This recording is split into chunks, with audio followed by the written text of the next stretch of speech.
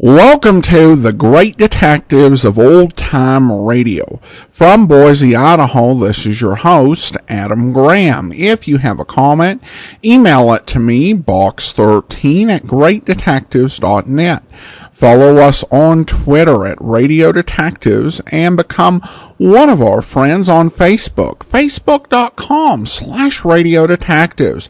Today's program is brought to you in part by the financial support of our listeners. I want to thank Sheila so much for sending along a one-time donation to support.greatdetectives.net.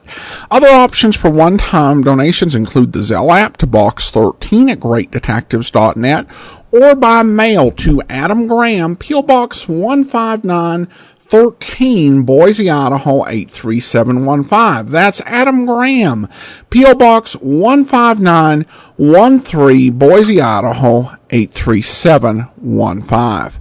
Well, now it's time for today's episode of Rocky Jordan. The original air date, March the 19th, 1950, and this one is The Perfect Witness.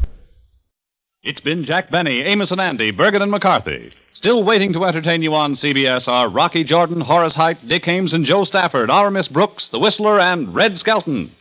Now, Del Monte Foods brings you a world of adventure with Rocky Jordan.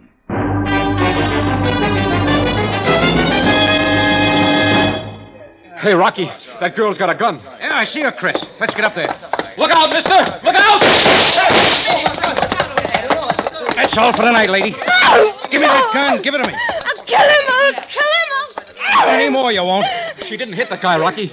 He ran out the door. Don't bother with him, Chris. She'll tell us all about him. Won't you, lady? No! Let go of me! We'll try for more back in my office. Come on, let's go. I won't tell you anything. Never! All right, come on. Break it up, everybody. Let us through. No!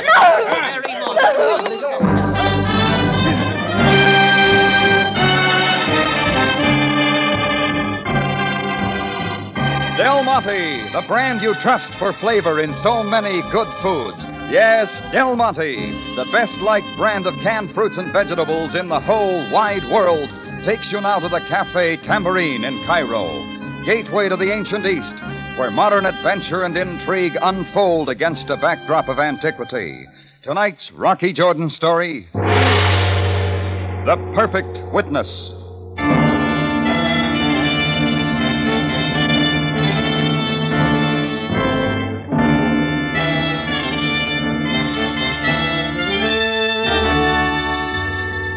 Cairo holds all sorts of lonely people, like the guy who'd sat at my bar the night of the 15th, with his coat collar turned up and a faded blue scarf that helped hide his face.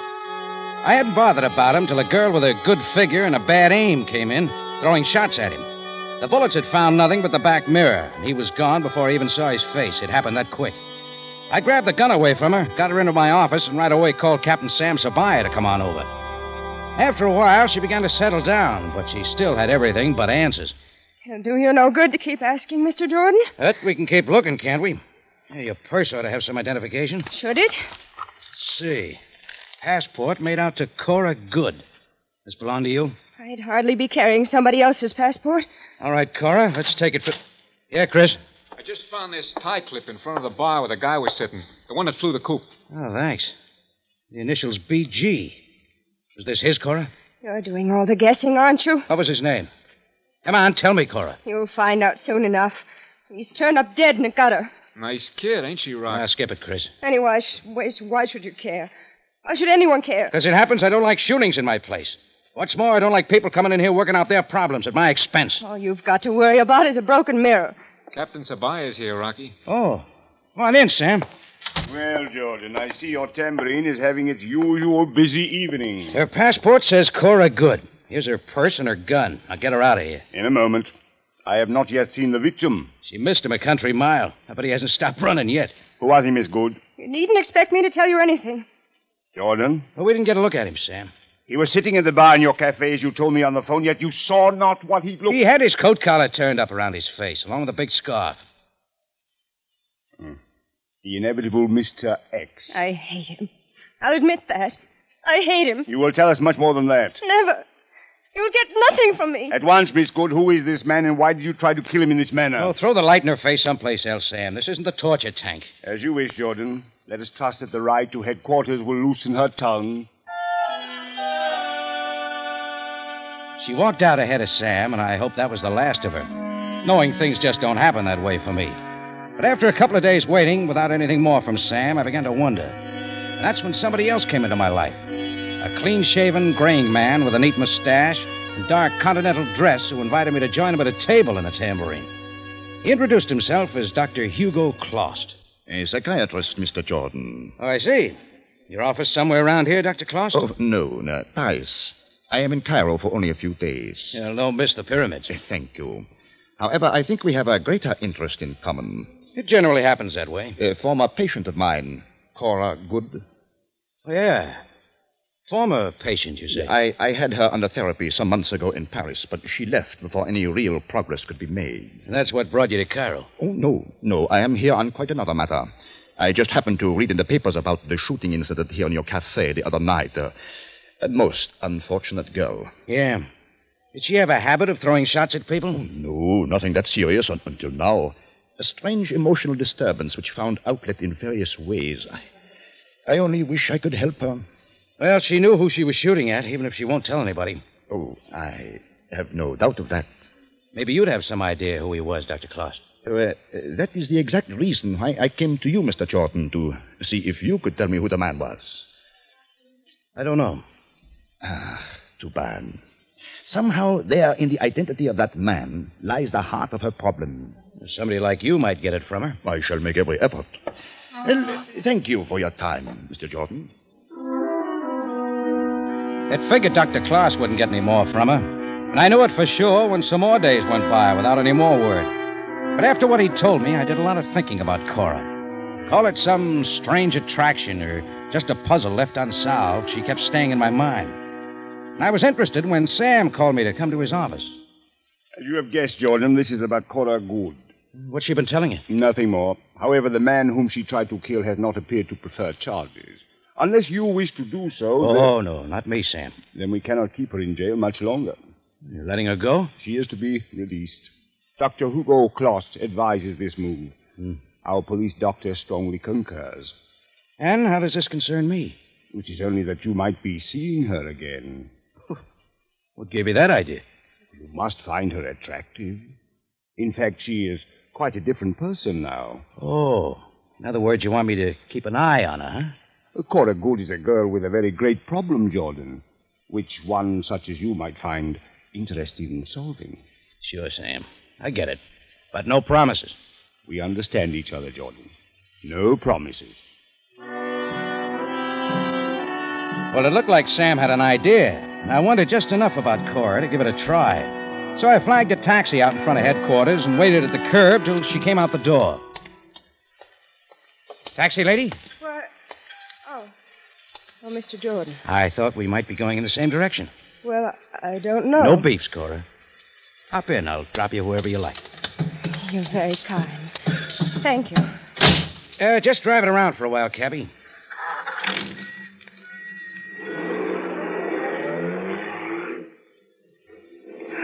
It's wonderful to be out of that place. The rest seems to have done you some good. So you've noticed, too. Yes, I do feel much better. Now, just keep it that way. Mr. Rocky. Yeah? I've got to tell you how sorry I am for all the trouble. I'd like to be forgiven. Consider it done. I guess I got a little rough myself. You had every right. You know, I had a talk with a friend of yours, Dr. Klost. He told me. Perhaps he helped you understand. A little. He's still wondering the same thing I am about the guy you shot at. Please, let's not talk about it. I want to forget everything. All right, Cora. Oh, you haven't told me where to drop you off. Would you believe it? I don't know myself. My luggage is still at the airport. You'll have to stay someplace. You know Cairo, Rocky. Could you recommend a nice place to stay? Well, let's see. I think you'd like the Acacia Court. It's not too expensive. Good. Now I can get settled and see this town like I've always wanted to. With some help from a guy who knows Cairo? What? Yes. I'd like that very much. Very much.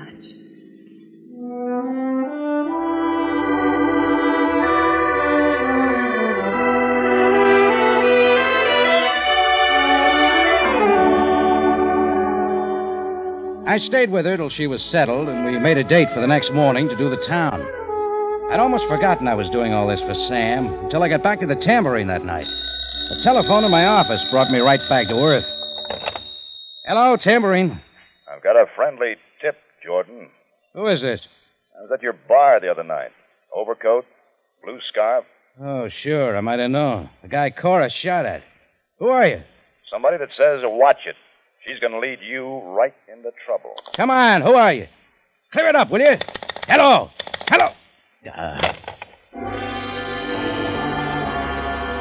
He was there and gone, and I had just enough to know Cora's problem wasn't over, and that I had to keep our date for the next morning. She was ready and waiting. We started out by doing the bazaars. The Kamsawi with its porcelain and glassware. The Souk El Selah, all slippers and other footwear. The Bazaar Turk blazing with jewelry, goldwork, and precious stones. We had lunch at a little place on the Nile. In the afternoon, we went to the races at Gezira. We were back at the Shepherd's for dinner. After that, it was Cairo by night. I kept thinking about the phone call the night before and wondered what it meant. But Cora seemed to have forgotten everything. She was all excitement with everything new. It seemed we'd known each other for a long time with nothing wrong anywhere. It was 1 o'clock in the morning when we were back by the fountain at the Acacia Courts, and I was telling her good night. It's been wonderful, Rocky. Everything. It doesn't have to stop with tonight, you know. No. No, it mustn't. Is that how you feel, too? Enough to want everything right with you. Rocky, please. Your trouble, Cora. Is it all gone? Are you sure? Every bit gone. You must believe me. I'll keep trying. Thank you, Rocky. You know, I'll never forget the view from the Citadel. Can't we go there again sometime? Sure, anytime you say. It's good to have something to look forward to. Just don't ever look back. Tomorrow, then? Yes, tomorrow.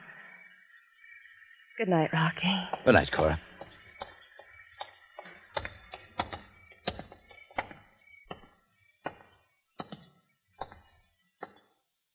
A moment, Jordan. Sam, what are you doing here? I've been waiting. This doesn't go with our deal. I got nothing to tell you yet. On the contrary, Jordan, as you shall see. Come with me now, and quickly. Sam walked me to his limousine, waiting half a block down. I waited for more as we drove to headquarters, but he wasn't ready to talk. Not even after we got there, till we'd gone down some familiar steps and into the morgue. Then he stopped and took something from a table. I show you a blue scarf, Jordan. Can you identify it? It's like the one the guy was wearing, the one Cora shot at my cafe. And this coat? It could be his. I take it he's down here, too. This way, Jordan. Have you seen this man before? No. I told you I never got a look at his face. How'd this happen? He was found in his room at the Sholem Hotel. Shot, as you see. You'd have the name, too, then. His name, Jordan, was Benjamin Good. Good. That goes with Cora's last name. Who was he, your husband? He was. B.G., the initials on his tie clip. I should have figured they tied in. Well, Cora's got to be told. Need anyone tell her, Jordan? Oh, now, wait a minute, Sam. You will be interested to know that I had Sergeant Greco waiting for her in her apartment at the Acacia Courts. Don't tell me. Yes, Jordan. Cora Good is again under arrest, and this time for murder.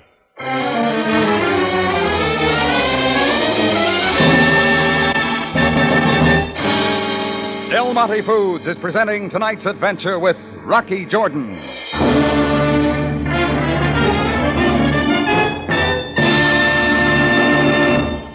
Here in the West, we really do go for spiced tomato flavor, don't we?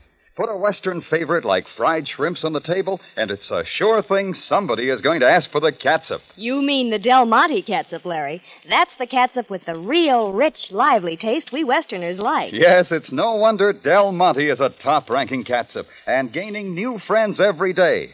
Most folks recognize the taste of fine, genuinely vine-ripe tomatoes.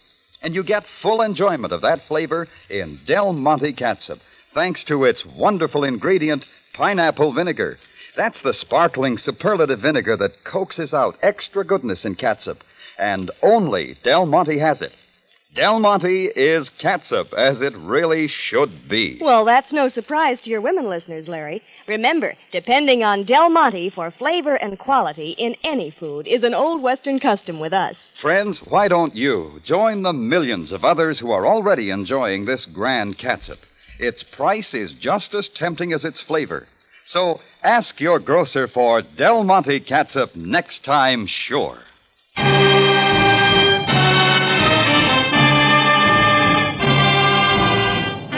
now we take you back to Cairo and tonight's Rocky Jordan story, The Perfect Witness.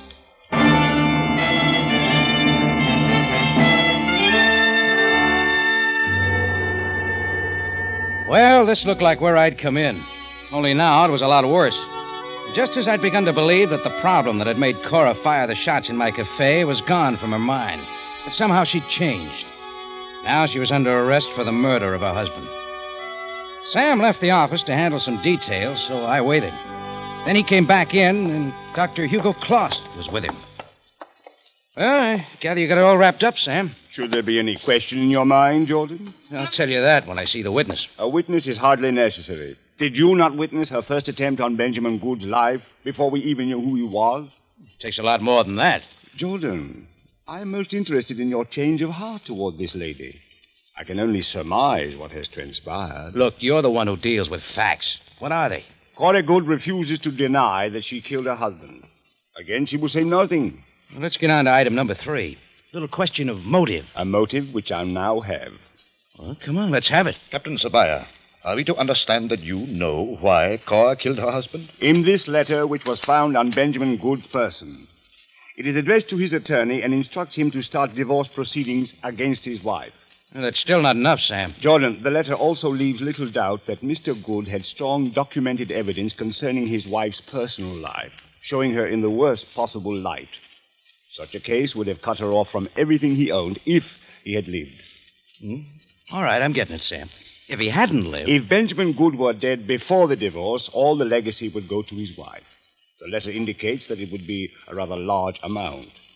One rarely finds a motive as strong as this.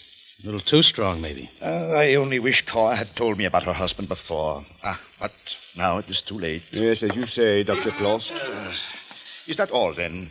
I must leave in a few hours. I am to attend a psychiatric meeting in Antwerp. I wish you a pleasant journey. Goodbye. Goodbye, Captain. Goodbye, Mr. Jordan. Perhaps we will meet again under happier circumstances. Yeah, sure, Doctor.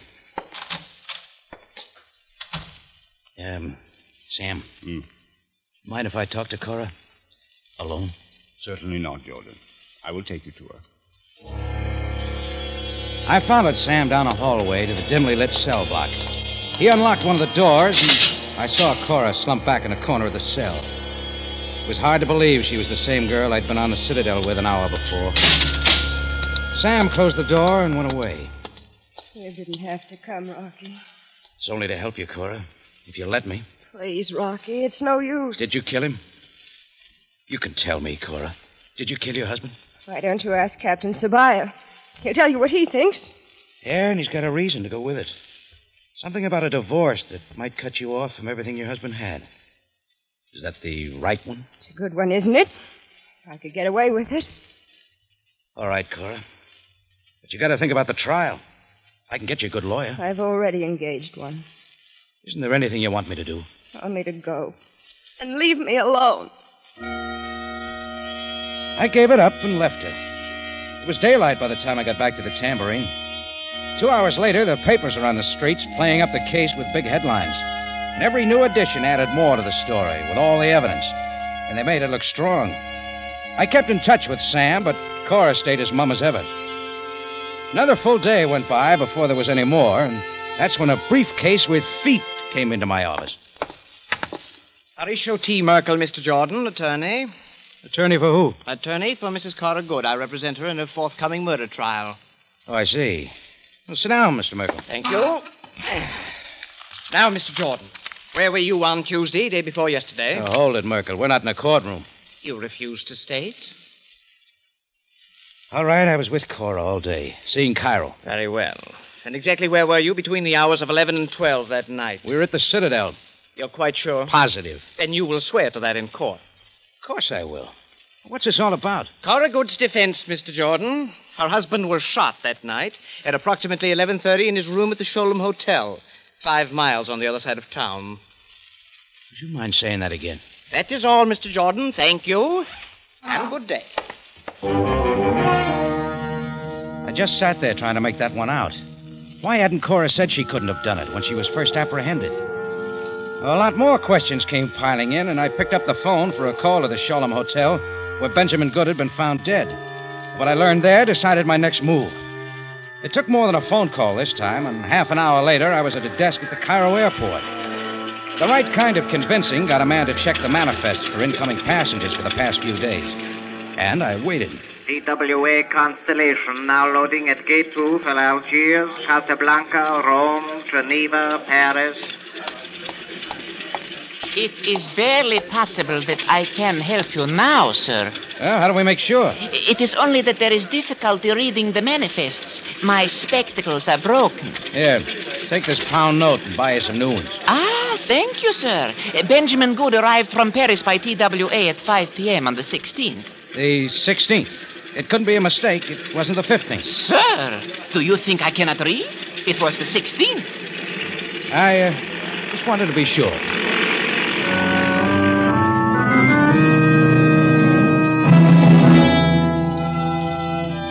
It was way too clear now. The shooting in my cafe took place on the night of the 15th. Cora's husband hadn't arrived in Cairo till the next day. So the lonely figure at my bar that night wasn't Benjamin Good. It was somebody else posing as him. Scarf, turned-up coat and all, to plant the tie clip with his initials. It had taken me that long, from the night Cora had fired those shots till now, to find out what went on. Right away, I made a long-distance phone call. I wasn't satisfied with what I got there, so I made another call. Then I had it all. I went back and had a long talk with Sam Subaya. Then he let me in to see Cora again. Rocky, I told you I didn't want you to come here. All right, drop the act, Cora. We're all through doing things your way. Just leave me alone, please. So you can keep on using me as a sucker? Me, your perfect witness? What are you saying? Oh, come on, take some credit, Cora. The setup was great. Everything was to look like you killed your husband, but I was to be the one who proved you didn't. You were with me right at the time it happened. I never asked you to do anything. Sure you didn't. Why the delay? To give the real killer a chance to get away? Out of Cairo?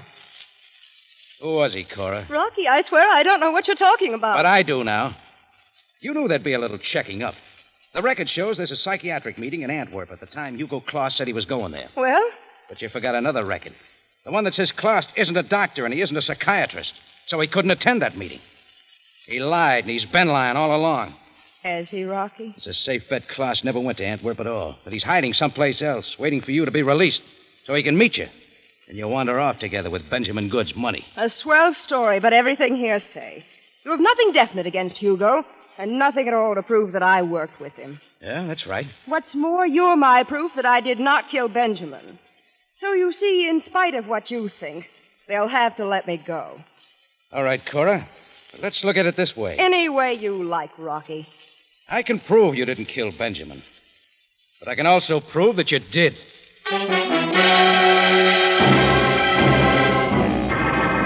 In just a moment, Rocky Jordan returns to conclude tonight's story.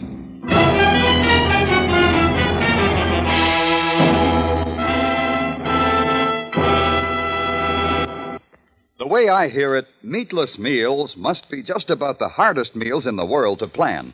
But they can be easier and better to eat, too, with Del Monte tomato sauce to give you a lift. Why, of course, Larry. It has so much rich, spiced tomato flavor, it makes meatless dishes taste heartier and, well, more interesting. But you'd better make sure it's Del Monte tomato sauce. Ask any good cook you know, friends, and see if she doesn't say the same. Del Monte is the original tomato sauce. That's why there just isn't any other brand of tomato sauce but Del Monte to so many of you, because you've found it so good over so many years.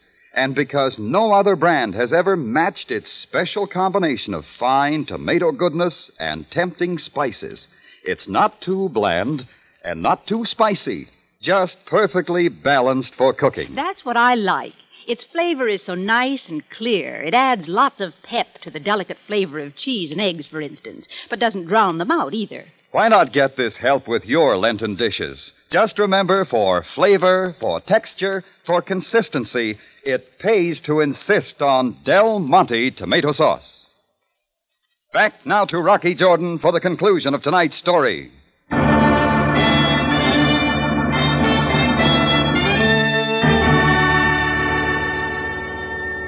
So I'd been made the sucker, the perfect witness. First to prove that Cora Good wanted to kill her husband, now to prove that she didn't do it. When I told her what I knew about Hugo Klost and her whole deal to get her husband out of the way for his money, she looked like she was going to laugh at me. They'd still have to turn her loose on my testimony. Only then I gave her something more to think about, and the smile started to fade. You're not making any sense, Rocky. Well, the jury will decide that, Cora. You have no way to prove I killed anybody, and you know it. All right, try this one. Supposing I refuse to testify that you were with me last night. I was with you, though, every minute. But I'm your only witness, Cora. I can say where you were and you go free. But what if I suddenly forget? Well, you couldn't. Lapse of memory, let's call it. I was alone. I went snipe hunting out in the desert. You'd be lying. Think about it, Cora. Go into that courtroom with nobody to back up your story, and you'll get the book thrown at you. So that's it. You came in here to threaten a confession out of me. Well, you'd better not try it. Because we were at the Citadel, you and I, from 11 till after 12 o'clock. I don't remember a thing about it. Not a thing. Rocky, what do you want? For you to tell the truth. Where Hugo Klost is hiding. You think I'd be so stupid? Tell it now, Cora, and you may not be executed. Admit Hugo Klost did the actual killing. You'll be convicted as an accomplice, but you'll get off easier. Rocky, listen. Hugo really doesn't mean anything to me. Oh, is somebody convenient, huh? Like I was. Hugo did it then, huh? Of course. Rocky, remember the way it was last night? It could always be like that. There's lots of money. Where is he, Cora? He took the plane to Tunis. How do we find him? At the Hotel Sahara, waiting for me. Thank you. It's all I wanted to know.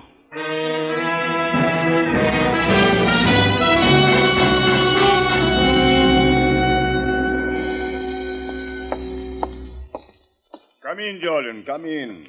I trust you had a pleasant night's sleep. Yeah, finally, Sam. Any word back from Tunis? Indeed there is. Hugo Klost was apprehended at the Sahara Hotel. He's being held for extradition. Thanks to your ingenious plan. Am I threatening not to testify for her? Our plan, Sam. No. I must confess that when you came with the suggestion, I did not dream that it would work so well. Yeah, Cora wouldn't like knowing that. I fear that she has much more to worry about. So now we have a double trial on our hands. Why not try for 3, Sam? Do you refer, of course, to the man wearing the blue scarf in your cafe that night? A plan to make us think she was shooting at Benjamin Good. He figures to be the same one who made the phone call later. There are many in Cairo who would assist in such doings for a price. Oh, by the way, have you figured out why they used Cairo? They must have known that Benjamin Good would arrive here on the 16th. They worked out their plan from there. And it had to include me. Give me the reason for that. The man with the blue scarf who aided them. He must have known of your reaction to a pretty face. All right, Sam. Anyhow, I gotta hand it to you. Why so, Jordan? You were right about Cora's motive all along. Fortunately so. In spite of their elaborate scheme to cover for the crime, their own effort tripped them up. Well, I guess that'll be a lesson. A lesson that few will ever learn, Jordan.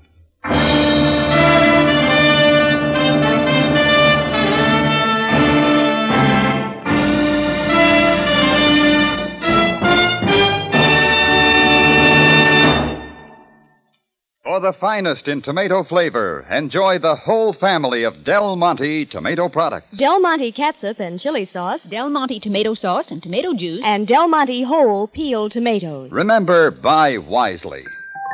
Buy for flavor. Buy Del Monte. Del Monte, the brand you trust for flavor in so many good foods.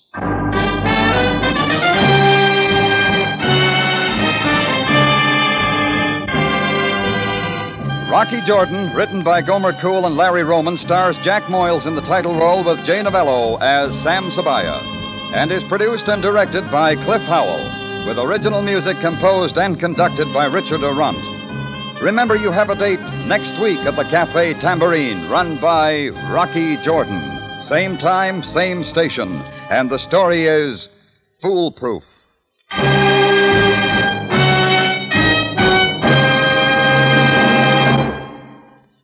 For a truly delicious peach shortcake, buy Del Monte peaches, sliced or halves. Yes, whenever you want ripe, mellow, truly magnificent peaches, look for the world's favorite brand of peaches, Del Monte.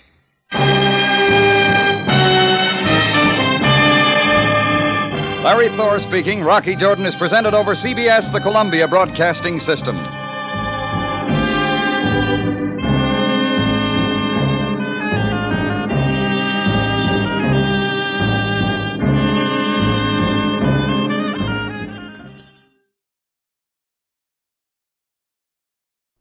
Welcome back.